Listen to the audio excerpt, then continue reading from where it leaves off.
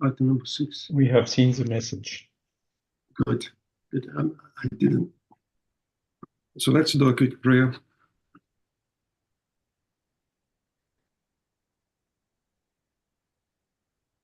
Father Almighty, we are here together once more, happy to be here in this opportunity of apprenticeship.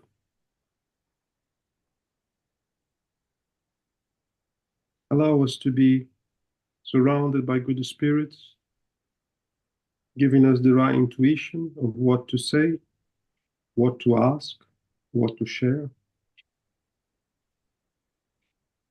Asking that this Saturday be a beautiful day again, sir. Be with us today and always. So be it. So be it.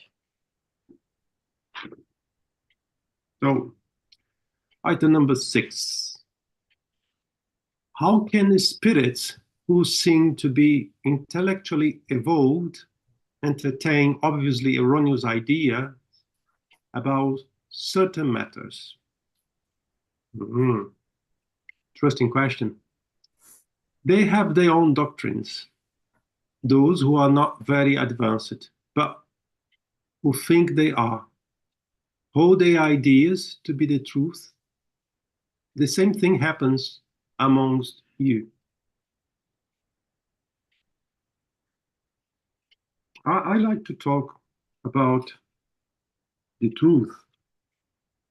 And when I had an opportunity, we speak a bit about it. And it is in line with this question and this answer. Human beings normally like to create their own truth. This truth could be shared amongst friends, families, within a group, and that could escalate for a number that through the years, people are not even able to ask themselves if that's correct or not. This happens on everything, even on the spiritism. Many people create their own truth, and normally is where we feel comfortable, and we like to advocate our truth through lectures, through studies, on the day-to-day conversations. And I beg you all to study reliable sources of information like the Medium's book, because then you will be able at least to feel uncomfortable with some of those truths around the world. And you will ask yourselves, and eventually even the person who is promoting this truth. I encourage everyone to ask questions, even when we think we are asking a stupid question. Because when we are asking something, it's because we are not comfortable with what we heard, what we read, or because we want to evolve what we know. So do it. Because as you can see here, even the spirits, they can fall into this trap, right? Likewise, when we have the opportunity to ask the spirits what they think, don't take their answer as a truth. Kardec didn't. Kardec, he did a process to allow him to double check the information received by all the spirits, and only then he started to give some weight for the answers he was receiving. We normally like to jump very quickly into conclusions. We normally like to jump into, oh, in a mediumship meeting, the spirit says that. Don't jump too quickly. If you have the opportunity, do your research. Let's try to use common sense. And only then you start to give some more credit. Okay? What about doctrines that only accept communications from one spirit in particular, such as God or Jesus?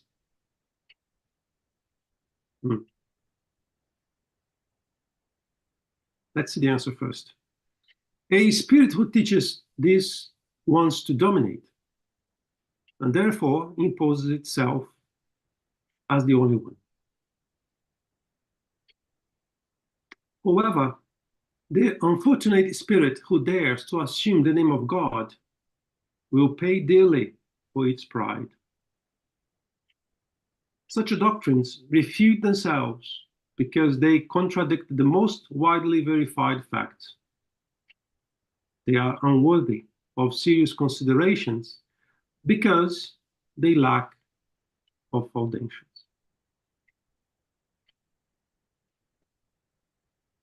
From time to time, spirits come to mediumship meetings telling they are A, B, or C, sometimes even saying they are Jesus or God.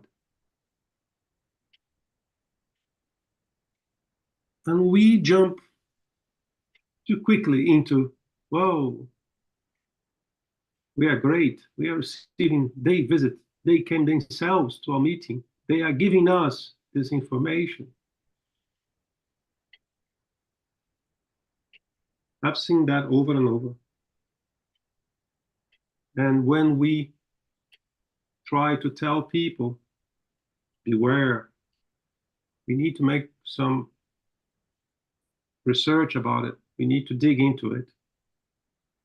Quite often the medium or the person who felt like, yeah, I'm receiving God, I'm receiving Jesus, became so unhappy because people were doubting and they left.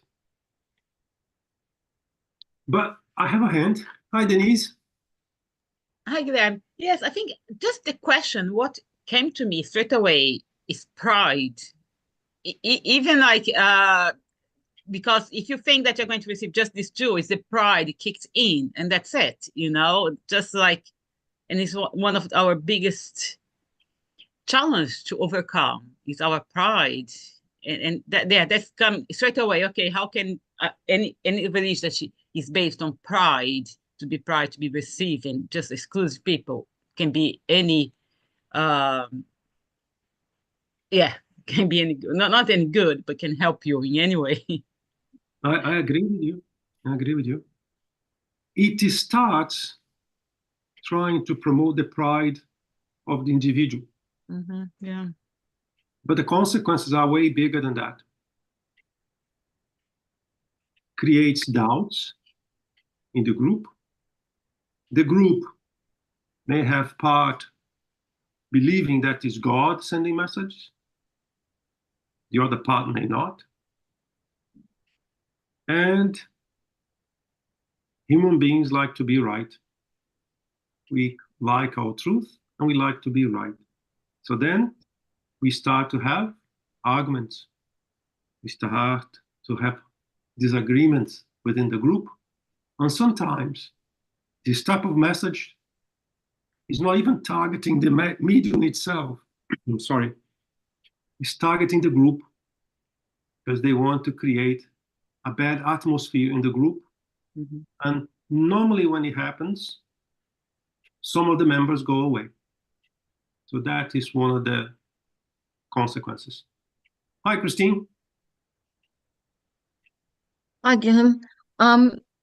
It might not be the right time to bring this up, but something came to my mind as Denise was speaking, and it's about people, whether it fits here, I'm not sure, but about people who now say that they don't see themselves as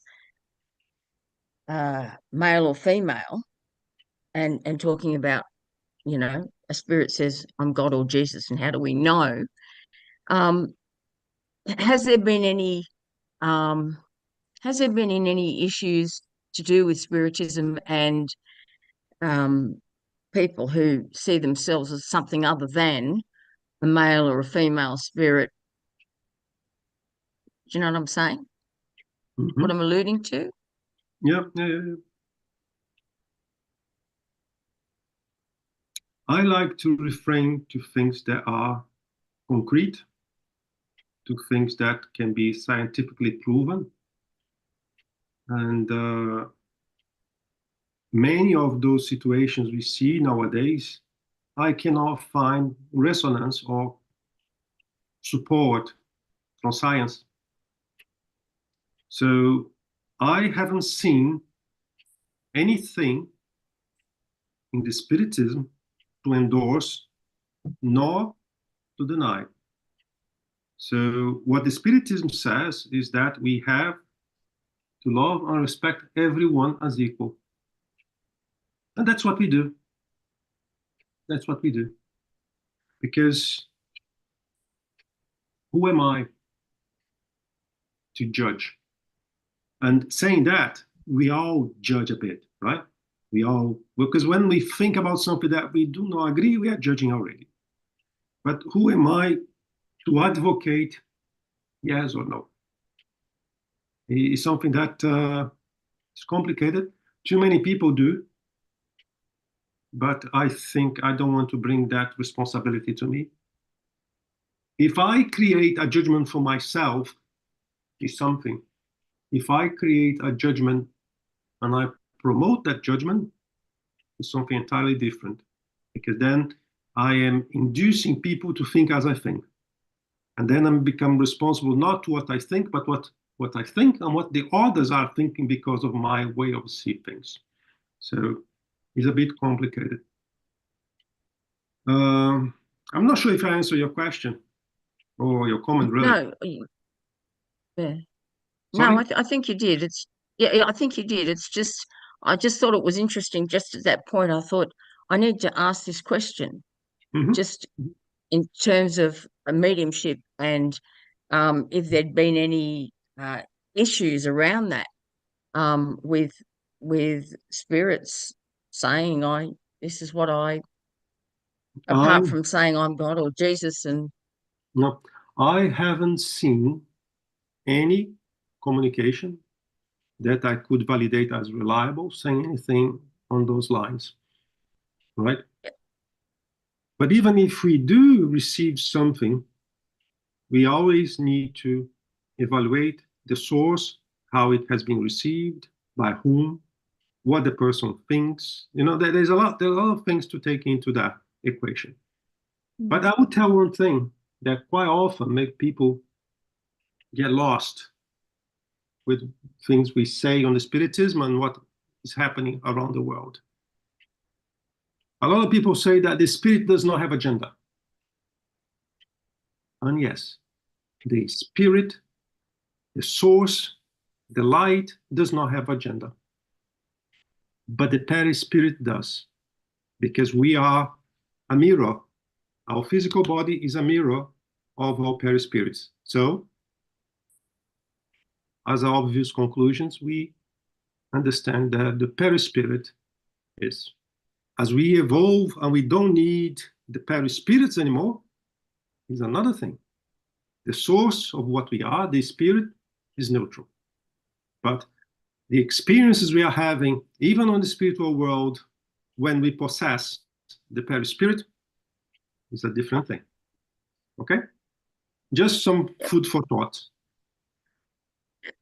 thank you. So, continuing with our subject,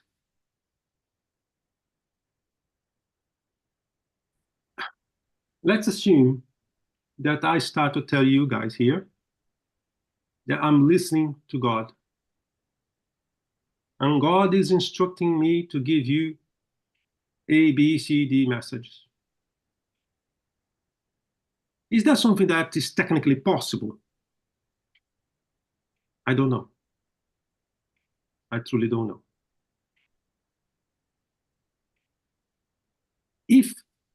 I come to you and say that Jesus is sending a message. Is that possible? I believe that technically, yes, because he's a spirit like we are. But to do that, he needs to find consonance with the medium. Then the first thing I would do is to evaluate the medium. Let's do something very shady, like Chico Xavier. Could Chico Xavier have received a message directly from God? Maybe, possibly. Did he? Not that I'm aware of. Was he an example of moral, of attitude, of choices? I think no one can say that he wasn't. And then come me on the screen, because I don't want to pick any name. I drink, I smoke, I do a lot of stupid things, I fight, I'm lying all the time, I'm doing all sort of things. And then suddenly I start to receive messages from Jesus. That is something that don't match, you know what I mean? Because the process of mediumship is the perispirit of the spirit resonating with the perispirit of the medium, and then the communication goes through. Jesus is very, very high in vibration, in light, in everything. And the other guy, and I use me as an example, is so little, with everything wrong. I don't see how that would be possible. So when we see messages like that, and there is messages like that, we need to be calm, to be thorough, to evaluate everything, not jump into conclusions, and then eventually, one day, we may come up with a theory if yes or no. If yes or no. But we need to be very careful. I'm not saying, as many spiritists do, ignore everything that you may have a doubt. No, because the doubt you may have is because of what you know or your experiences. And then you are throwing something that could be very positive away. But we have to be responsible to evaluate everything into the minor details. To me, the only way to ascertain a bit more something like that is using Kardec's principles, universality of teachings of the spirits. Otherwise, it's too risky. Hi, Osoli.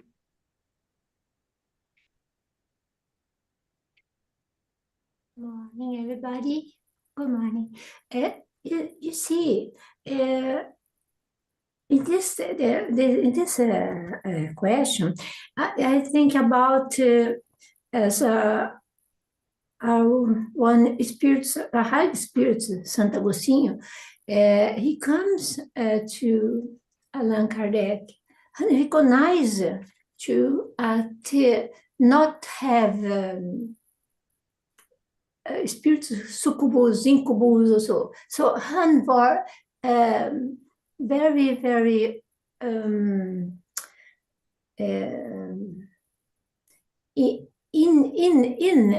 say by itself very I forgot the name, but it doesn't matter. He had the courage to say that, recognize that he was wrong. It's nice. It's the same with Emmanuel Swedenborg. It's like the same. Allan Kardec called him, and he came, and he many things in his book. He recognized too that it was wrong.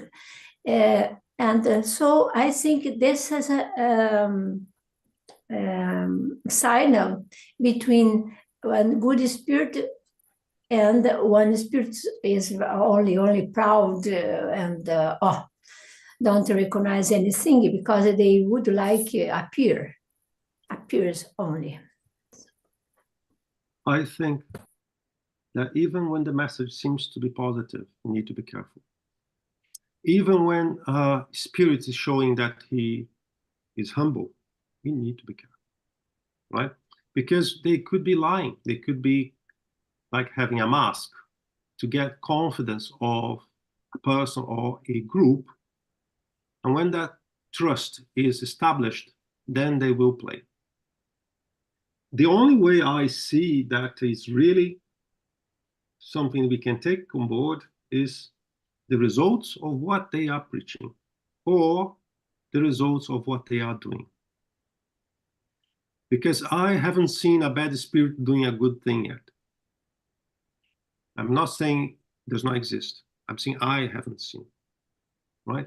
So even if you see one good thing once, don't jump into conclusions. You need to create a pattern. You need to create a comparison for a period of time. And a period of time is not just a week, it could be years. So to create a confidence between human beings, sometimes we are very thorough. We wait years until we really trust someone. Why should be different when we talk about spirits? Shouldn't, right? So let's be careful. Reason itself tells you that good proceeds from a good source and evil from an evil source. And came to my mind right now that sometimes even a good message may have things hidden. A good message is good from the beginning to the end. A good message is something that could be scrutinized and no one could find anything bad. A good message that has something, a word that is a bit weird or inclined to make people unhappy or despair or is not a good message. A lot of people, they tend to ignore a small part of the message and advocate that message is really from a spirit.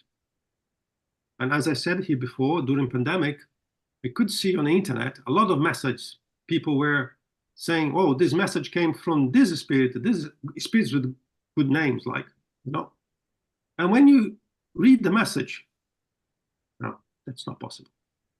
That's not possible because the message is encouraging people to get isolated, people to get sad, people to do something that is not positive. So cannot be. Or the message is bringing fear, despair, panic. No, cannot be. But a lot of people do believe and they start to do things like that. And I don't remember anymore which meeting it was, but we had a visit of one spirit saying that was imminent, the Third World War. My fellow friends, prepare. Buy food, buy water, buy this. Is now, the next hours to come, blah, blah, blah, blah, blah, blah. And we had people in that meeting that were scared, really scared. You could see on their faces. We need to create the routine of evaluation. We need to create the pattern that allows us not to fall into those traps. Hi, Cleo. Hi, I have a question, please. Yeah, sure. Because you were talking about the message that if we should trust the message. And And what came to my mind, and I always have this doubt, is if it depends on the type of meeting we are having. For example, if we are having a meeting that is with the objective to help others, and then at that point you receive a message, can you trust the message based on the environment where you are, on the kind of meet where we are? No, Or that has any, or not? no. We cannot trust messages on any type of meeting. Thank you. In some meetings that are serious, well organized, protected, we had like a buffer, but not a shield, an impenetrable shield. Right? Mediums that are part of the meeting, they can be very serious mediums, very positive mediums. If he has a thought about something on his work environment, at home, on the streets, during the meeting, he already opened a breach outside those barriers. Something could come through. Someone could come through. So there are so many things that we cannot say that because I was in a good meeting, this message is no, not at all. And normally, I would recommend that the medium, him or herself, is not the one that should validate or not validate the message. Because we are human beings. Of course, I want to have the right message. Of course, I would like to have the message from A, B, C, or D. We all have that. Some people more, some people less, but we all do because they are humans, and that's natural. So it's also very common the medium jumping into conclusions when someone does not agree with what he or she have received. Because I am the one receiving this message. If you want to validate a message, the best process I know, I'm not saying it's the only one, get the message to the indoctrinators or to the person that's organizing the meeting. Every meeting has a different name. The person will evaluate. If necessary, this person will speak to other people. Other than that, no. Then, again, we should not jump into conclusions. And sometimes those messages are even allowed to come through the group, through one medium, to test the medium, to test the group, to test the coordination of the meeting. It happens from time to time. Our benefactors allow that to happen to see where we really are, or if we have more to learn on this subject.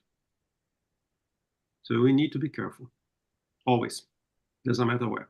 All right? Thank Can I you jump very in, much. Guilherme?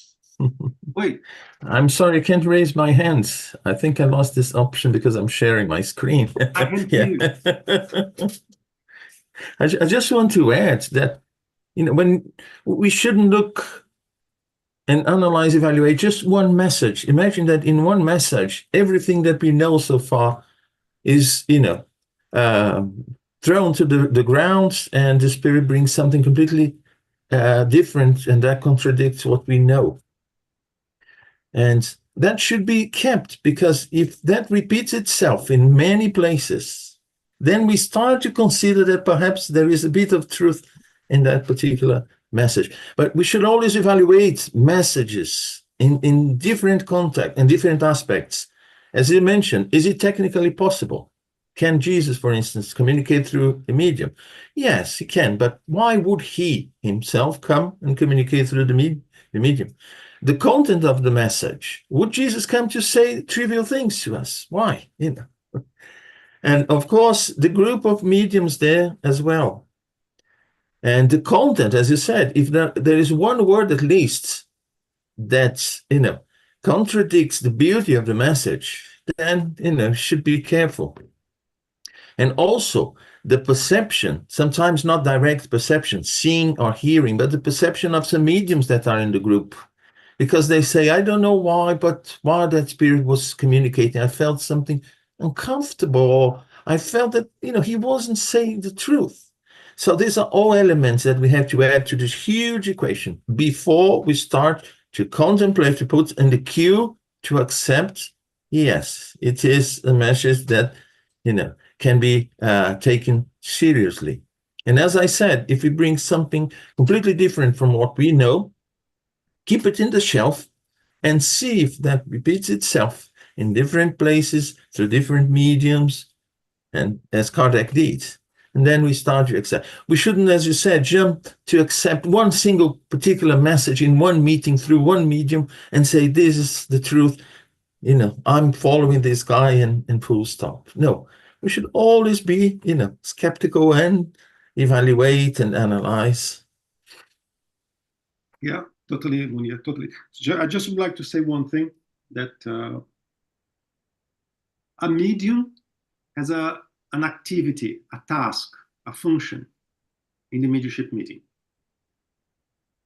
The function of the medium is to receive the message, point. As I like to say many times, the medium is not there to evaluate what the medium is receiving. He's not there to evaluate his or her own message. The medium is there to allow the communication. There's a lot of mediums that believe that they need to be doing from A to Z in the meeting, and then where normally the problem starts. But a medium is a pipe. The communication is the liquid that should go from point A and exit on the point B. That's it. All right? We should not forget that. Because I saw mediums in the past, oh, I'm a bad medium because the message I received was totally wrong. No, I ask you a question. Was you giving the message or the spirit giving the message? You as a medium did your job. You allowed the message to come through. Period. Because a lot of mediums, sometimes they start to create barriers not to allow the communications to come through, because they always want to have the perfect message ever. No. A medium needs to realize what is his function in the mediumship meeting. It's to receive the message. It's the postman. It shouldn't interfere with the message, just deliver it. Exactly. Very, very good example. Exactly. So if a message came through a medium and the message was refused, there is no harm at all. There's no mark. There's no trace left in the medium. That's not the thing, And we're talking about mediums. They are serious mediums. They are there to do their job. They are not having second intentions. They are there doing their best. They are trying to evolve morally on the day-to-day. We are not talking about mediums who are intentionally passing messages because of so many different reasons. That's another thing. We are not taking that here on this discussion. So mediums, trust yourselves to do what you're supposed to do. Because there's a lot of mediums, I don't trust myself. It's not your job to evaluate yourself, period. There are other people to do that. And if something comes, and it's something that demands or need to be spoken of, the coordination or a person that will be tasked on the meeting will talk to you. You do not evaluate yourself, right? Would you expect a good tree to produce bad fruit? Have you ever picked grapes from an apple tree? We don't, isn't it? The diversity of communications is obvious proof of the diversity of their origin. In fact, spirits who wants to be the only ones to communicate, fail to mention why others cannot do so. Let me share one, what time is it? Let me share one example we had. For almost 1 year, maybe even a bit more, one spirit only was communicating through a medium. And then you will ask, why you allow that for a year? Because we don't jump quickly into conclusions. And the objective we have is to help the medium, the spirit, the group. So 1 year, 2 years doesn't mean anything, as long as we are achieving the main objective, that is help others. After a period of time, this spirit communicating was a bit more comfortable. I'm here to help. I'm here to be part of this job. I'm here helping the medium. But every time when we ask questions, why? Why we don't have somebody else communicating through the medium? There was no answer. So it is our obligation to know what to ask, when to ask, and then to evaluate the outcome. In this particular case, something that was one of our fears happened. The medium started to believe in the communications. I'm evolved spirit. I'm the benefactor of the medium. I'm here to do this job. I'm here to fix the problem. I'm here to give instructions. I'm here. And the medium fell into it, to this trap. And the medium could not accept. Why you guys don't accept this?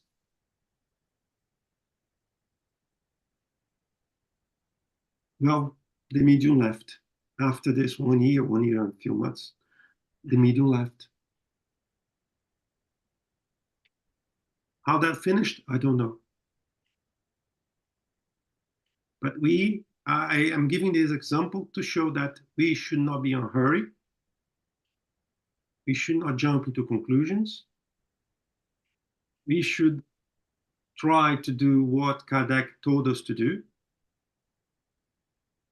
Ask questions, evaluate, analyze, evaluate again.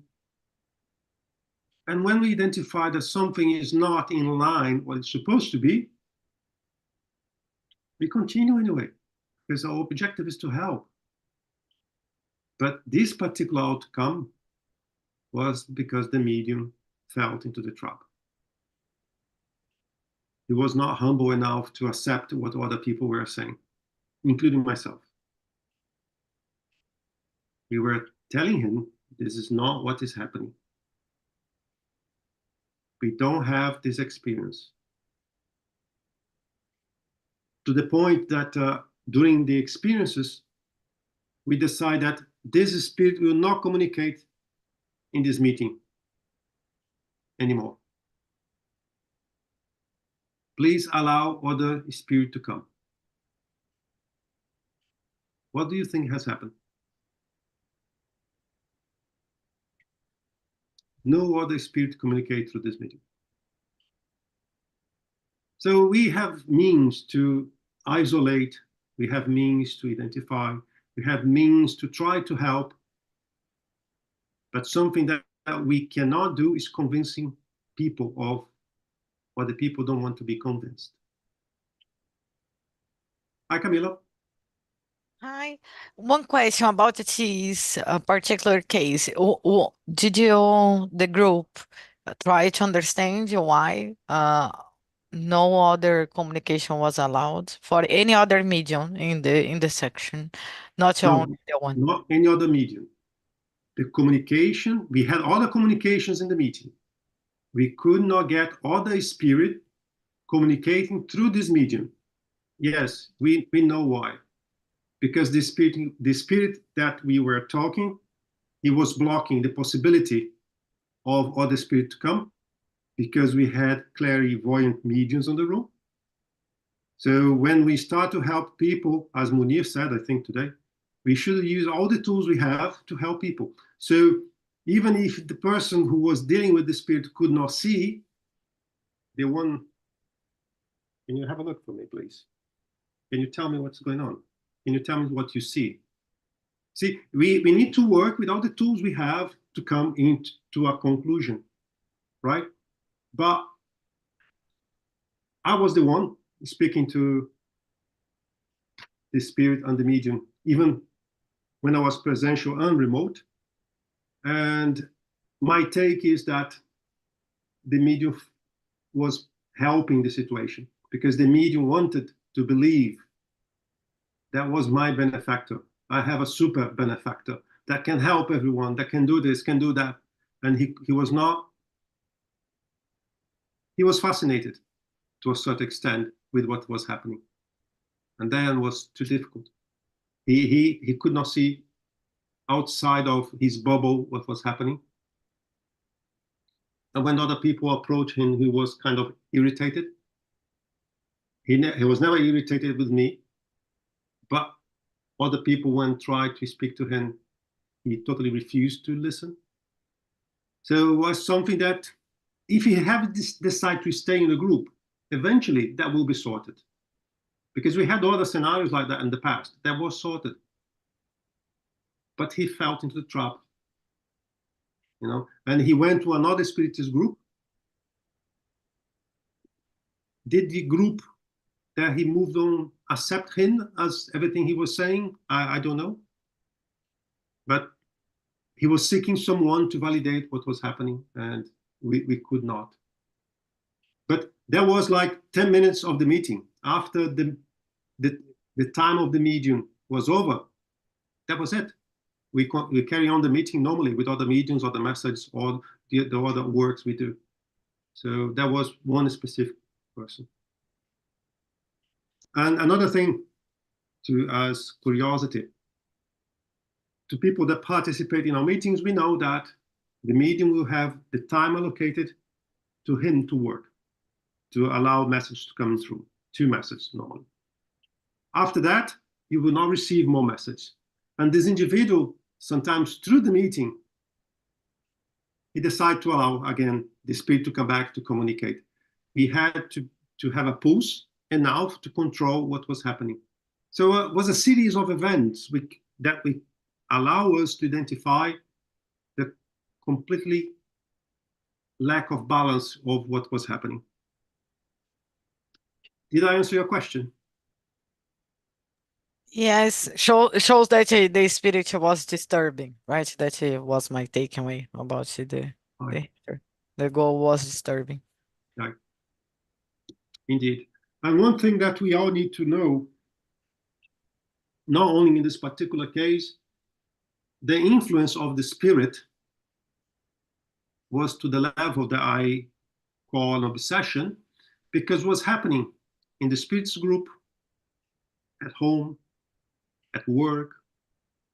So that was a complex case, because that evolved to an obsession case, in my opinion. So we all need to be attentive to those possibilities.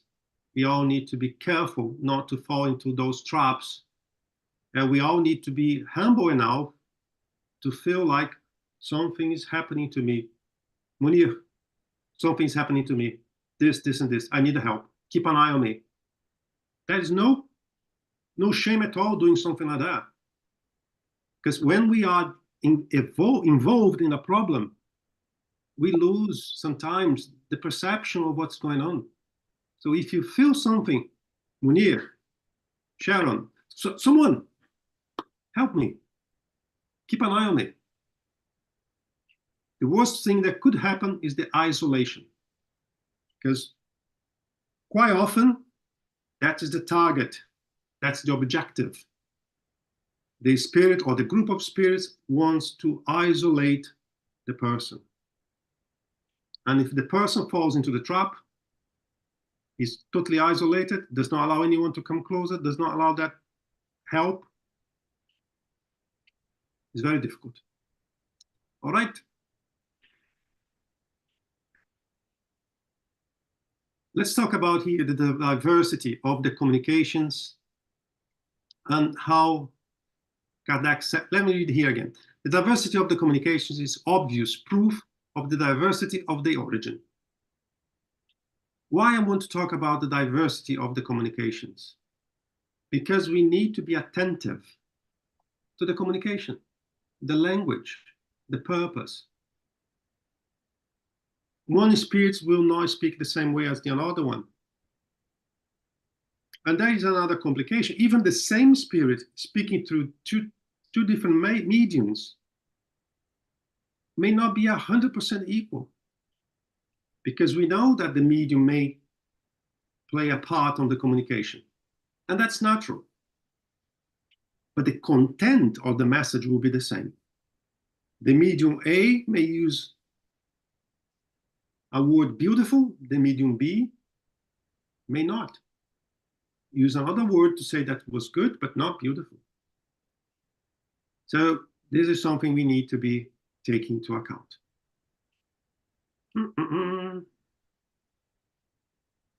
Their pretentiousness is the denial of what is most beautiful and consoling about the Spiritism, i.e., the relations of the visible and invisible worlds, and of men and women with their loved ones, who would otherwise be lost to them forever.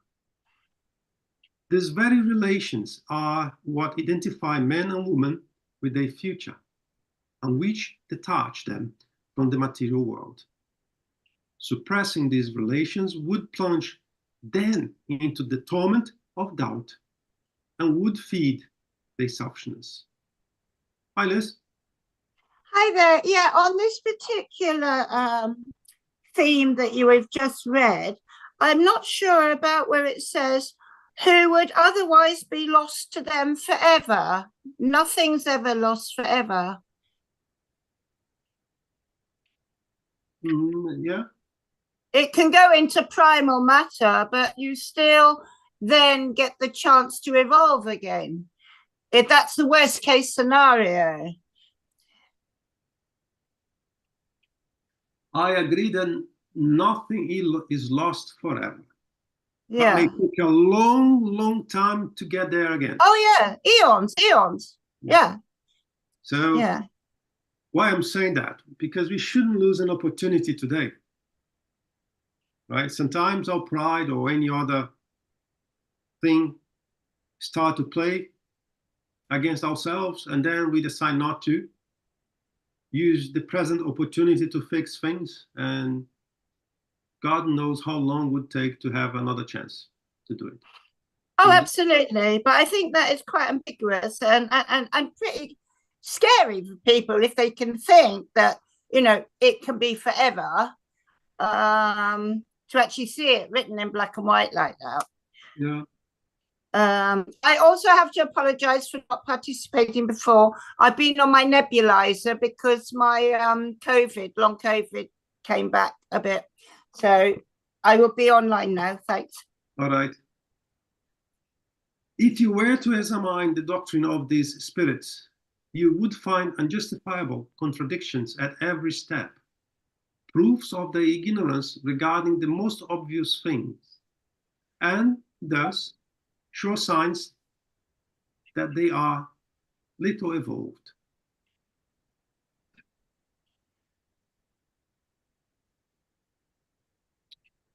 I don't remember if I've spoken about that here, but the other day I was speaking to my son because he was asking me about, Dad, is this author reliable? I told him, I don't know this author in particular, but I will tell you something that I hope you don't forget.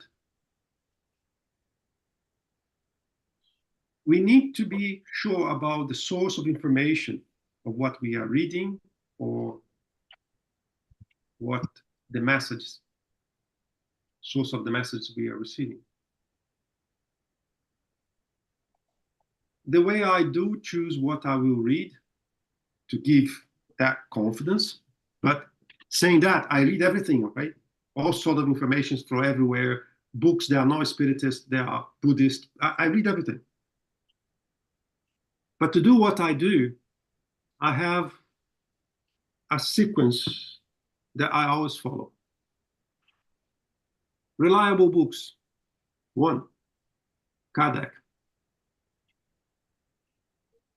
And sometimes even during the translation, there's something that's not very clear. I try to do a little homework using Google Translator and things like that to allow me to understand better. But without a shadow of doubt, Kardec is the most reliable information. Why I say that? Because reliable spirits and reliable mediums, they also said that. Emmanuel is one of them.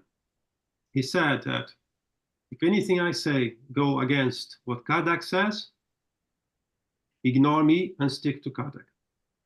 And to people who know what this spirit and this medium did, should mean something, right? Second, books received by reliable mediums, received by reliable mediums, written by reliable spirits. Third, books that are written by serious people, but those books, as everyone here could write a book, could be something like we spoke on the beginning of the study today. Someone is speaking about their own truth. So if to allow me to make decisions on something, I go with number 1 and number 2. Oh, but every book written by a medium and the spirit, no, that's the point. We need to know who is the medium. We need to know who is the spirit. Because there's a lot of books we can buy today, we can download on the internet. They are not that reliable. We could have a medium with second intentions. We could have a spirit with lots of different intentions. It's not because I publish a book that this book means something right. So we have that obligation to filter a lot of things that come in our way. And nowadays with internet, we could have tons of information that are not positive, not correct. And remember that I was saying about the message, that we have 1 word or 2 words on the message that was conflicting with what we know is a good message. A book is exactly the same. You could have some small hidden message in a book of 150 pages. And that could be just the start. We have examples of good mediums with good spirits that over a period of time, you start to deviate as well. It's not easy to decide what I'm going to use as a reliable source. But I believe we all should do this exercise. Because the worst thing that could happen is something that I believe this is the truth. I start to advocate, I start to create more people believing what I believe, and that's a risk. We are responsible for everything we do. We are responsible for everything we say.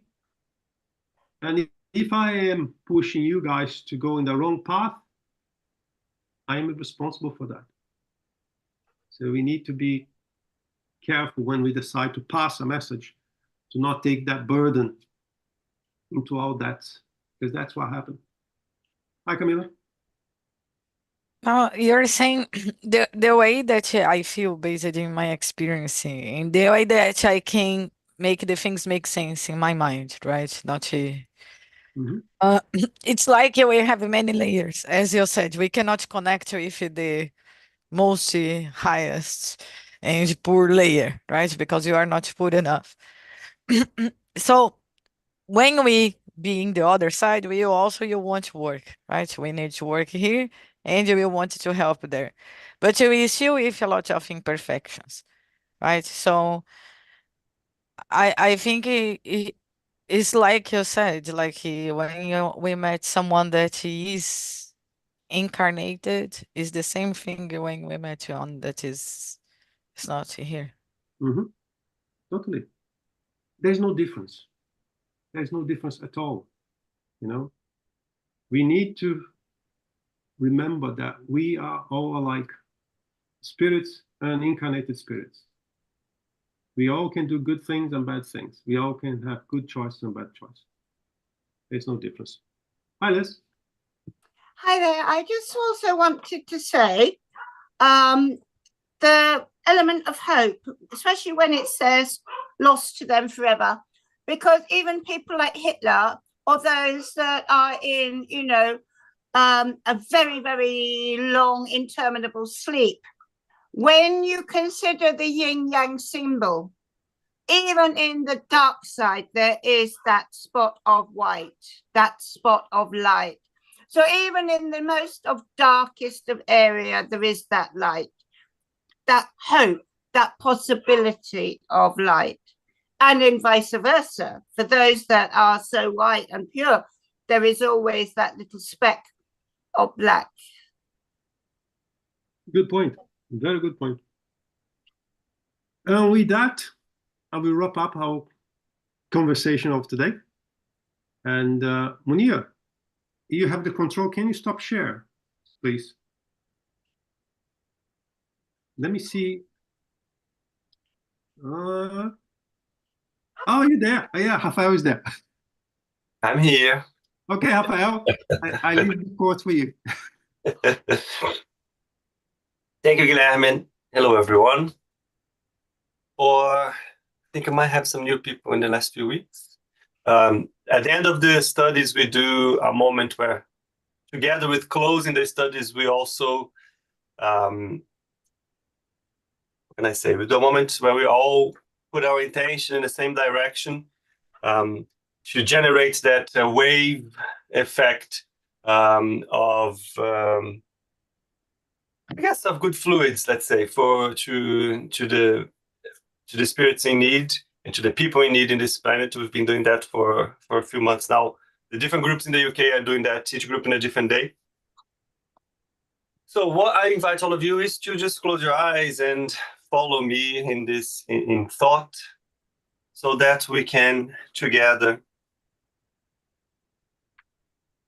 before anything else, be thankful for the opportunity of being all here, united by the same goal, which is to study and reflect, understand a bit more how things work, recalibrate our perspective so we can see things as the eternal spirits that we are, understand that what we go through is temporary, understand that everything happens for a reason, and it's part of our journey towards our progress, our evolution. And based on that, we elevate our thoughts and we direct a plea to our benefactors from the higher spheres, asking them in this moment to gather the light that is produced here, but that's above all available to every single one from the infinite source that it is God, and to direct that light to the specific parts of the planet where we have our brothers and sisters facing distress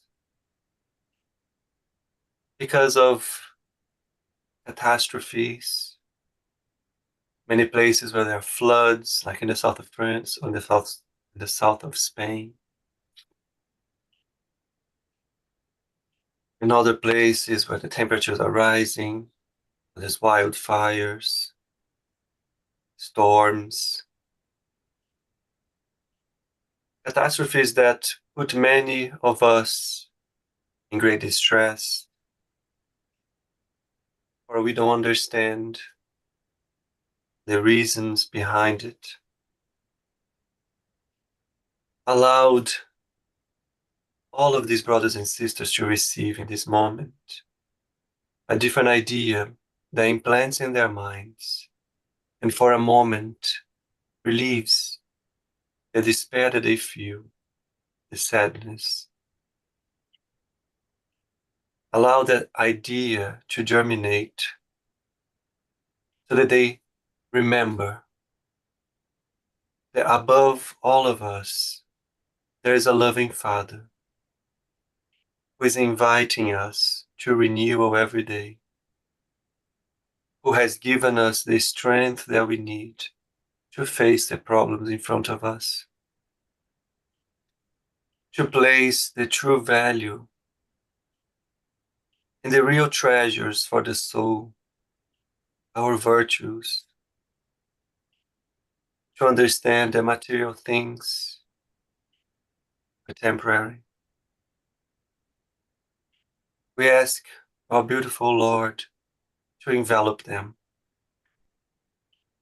so that they can find within themselves what it takes to stand up and carry on. May this moment of light clear from their minds, from the psychosphere, the ideas that might ignite further disturbances. We also ask the many, many people who are helping, who are also being faced with difficult scenes. Allow them to receive the protection so that they are not taken away by what they see, by the suffering of our brothers and sisters, so they can carry on strong, motivated by the conscience and by the good spirits who are overlooking and helping everything. We are so grateful, my Lord, for you hearing our plea and helping our brothers and sisters. A final request that this light is shown above the many groups that are in conflict at the moment, the areas in war, and the leaders who are taking the decisions that affect these groups. May the law of love and charity be implanted in their minds so that we can see the end of this situation that indicates the stage that we're all in. Let's renew our ideas so that we break the chain. Thank you, my Lord, for this opportunity, for the love that you share with us, and for giving us the understanding that we need to carry on. Thank you, and so be it.